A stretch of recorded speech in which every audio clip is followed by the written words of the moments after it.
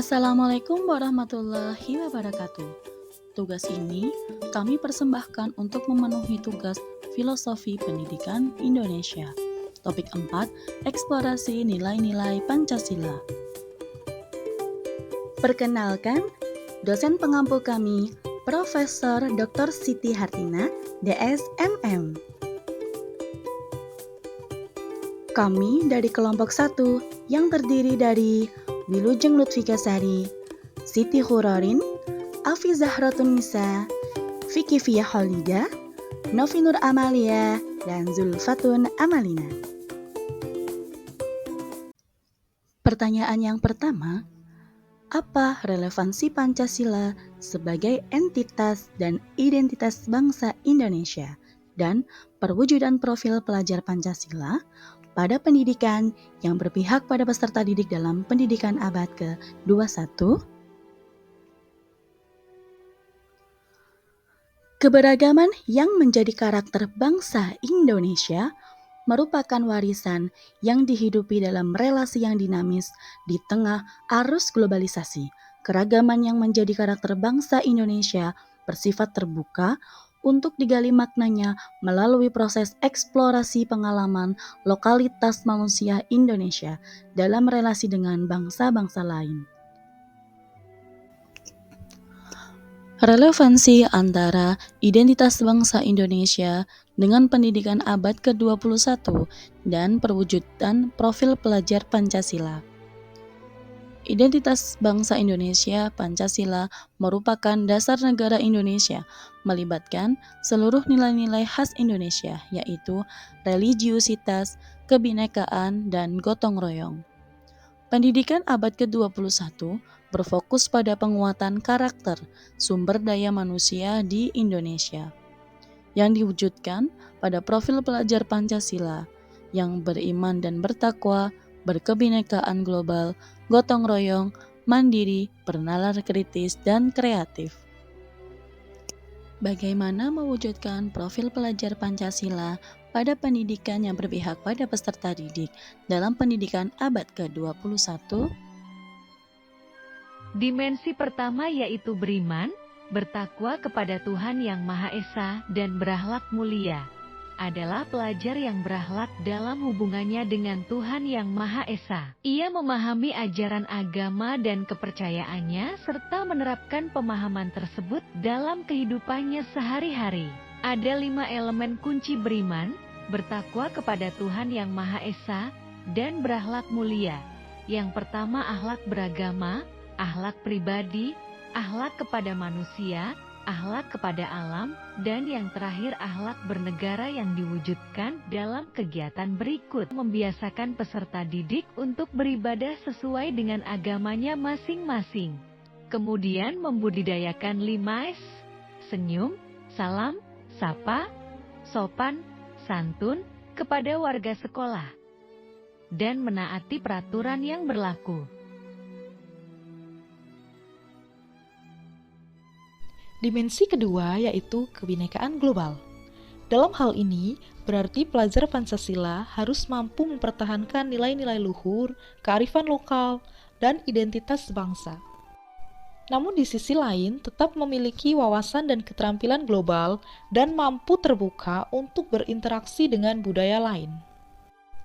Sehingga diharapkan akan muncul rasa kebanggaan dan cinta tanah air, serta secara bersamaan memupuk rasa saling menghargai budaya lain secara positif. Diwujudkan dengan kegiatan memperingati Hari Kemerdekaan Indonesia,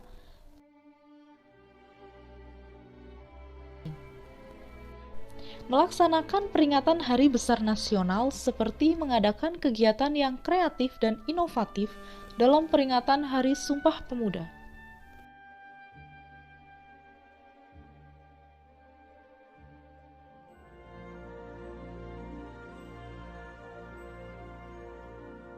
Dimensi ketiga yaitu bergotong royong, di mana budaya kolaborasi dan secara sukarela menyelesaikan suatu pekerjaan secara bersama-sama. Agar bisa tuntas dengan cepat dan lancar merupakan cerminan dari identitas masyarakat Indonesia yang perlu dilestarikan kepada generasi muda. Hal ini karena kedepannya teamwork adalah salah satu soft skill yang paling dibutuhkan. Elemen kunci dari kemampuan bergotong royong yaitu kolaborasi, kepedulian, dan berbagi. Yang diwujudkan dalam kegiatan sebagai berikut. Yang pertama, guru melaksanakan kegiatan pembelajaran dengan metode diskusi secara berkelompok, agar peserta didik terbiasa kerjasama dan semangat gotong royong dalam pembelajaran. Kemudian yang kedua, mengajak peserta didik untuk bergotong royong dalam membersihkan lingkungan sekolah dan kerja bakti penghijauan. Dimensi keempat yaitu mandiri. Kemandirian berarti setiap peserta didik mampu bertanggung jawab terhadap proses pembelajaran yang dijalaninya. Elemen kunci dari karakter mandiri yaitu mencakup kesadaran diri dalam menghadapi suatu tugas dan pekerjaan yang dihadapi dan timbulnya regulasi diri. Artinya, peserta didik secara independen diharapkan mampu memotivasi diri dan meningkatkan kemampuannya tanpa ada paksaan dari orang lain. Diwujudkan dalam kegiatan sebagai berikut. 1. Memberikan peserta didik tugas mandiri seperti proyek membuat video, poster, sosiodrama, dan lain-lain. Membimbing peserta didik untuk mandiri dalam proses pembelajaran, misalnya mencari literasi sendiri sebagai bahan mengerjakan tugas kelompok atau individu.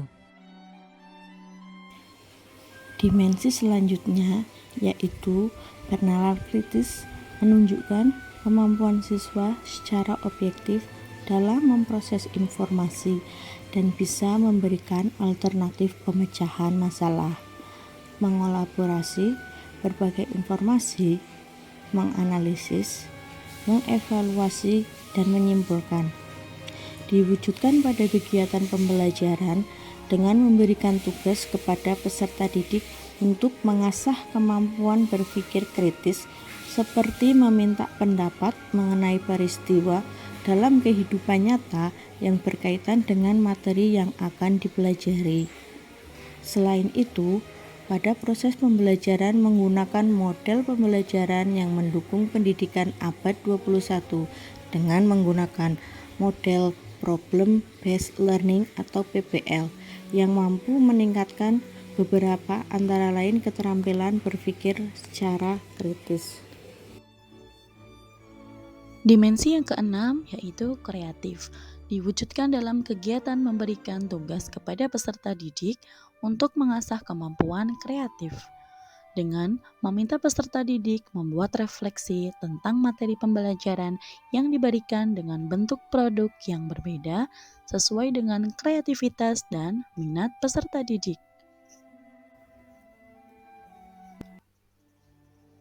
Sekian pemaparan tugas kelompok kami. Mohon maaf jika ada salah kata ataupun penulisan. Proyek Pelajar Berdaya Mulia di Mata. Pancasila dan Bhinneka Tunggal Ika menyatu sejuta rasa. Berjuang bersama mencerdaskan bangsa. Menuju masa depan penuh harapan nyata. Wassalamualaikum warahmatullahi wabarakatuh.